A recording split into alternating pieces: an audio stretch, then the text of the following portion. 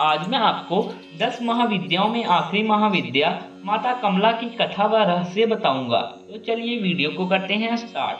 10 महाविद्याओं में माता कमला को आखिरी व 10वीं महाविद्या के नाम से जाना जाता है। माता सती के 10 रूपों में से माँ कमला आखिरी रूप थी, जिन्हें कमला महाविद्या के रूप से पूजा जाता है। इन्हें माता लक्ष्मी के समक्ष माना गया है, अर्थात यह एक तरह से माता लक्ष्मी का ही रूप है।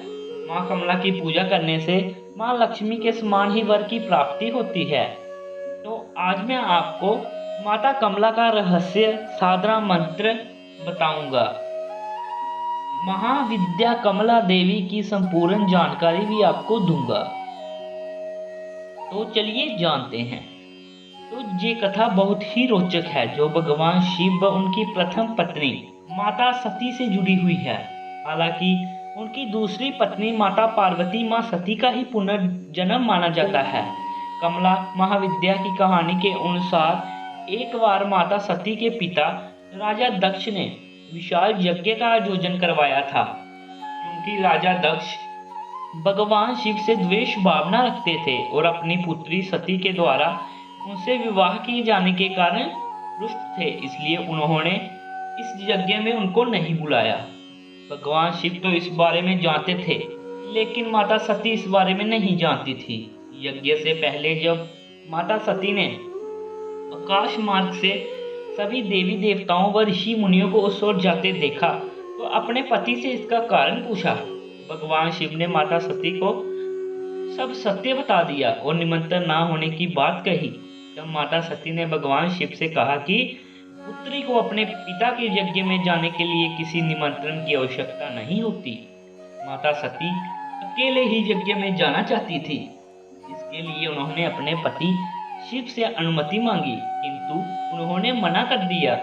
माता सती के द्वारा बार बार आग्रह करने पर भी शिव नहीं माने, तो माता सती को क्रोध आ गया और उन्होंने शिव को अपनी महत्ता दिखाने का निर्णय लिया। तब माता सती ने भगवान शिव को अपने 10 रूपों के दर्शन दिए, जिनमें से अंतिम माँ कमला देवी थी।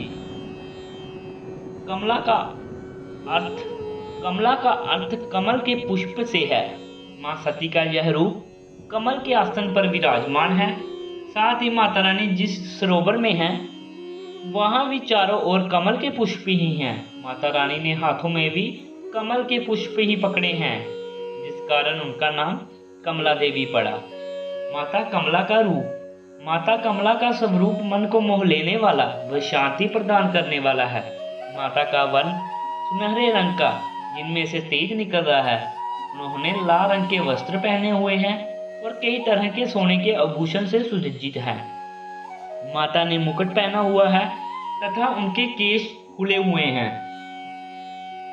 भगवान शिव की भांति उनके भी 3 नेत्र हैं तथा वे एक सरोवर में कमल के पुष्प पर विराजमान हैं। माता जिस सरोवर में हैं, वहां उनके आसपास कई कमल के पुष्प लगे हुए हैं। माता रानी के 4 हाथ हैं, जिनमें से उन्होंने 2 हाथों में कमल के पुष्प ही पकड़े हुए हैं तथा अन्य 2 हाथों वर व अभय मुद्रा में है। माता रानी के दोनों ओर 4 हाथी हैं और जल से उनका अभिषेक कर रहे हैं। माता रानी का यह रूप अपने भक्तों पर सदैव कृपा बनाए रखने वाला है तथा उनकी सभी इच्छाओं की पूर्ति करने वाला है। तो मैं आपको कमला महाविद्या मंत्र बता देता हूँ। ओम ह्रीं अष्ट महालक्ष्मी नमः। ये था कमला महाविद्या मंत्र। कमला साधना के लाभ।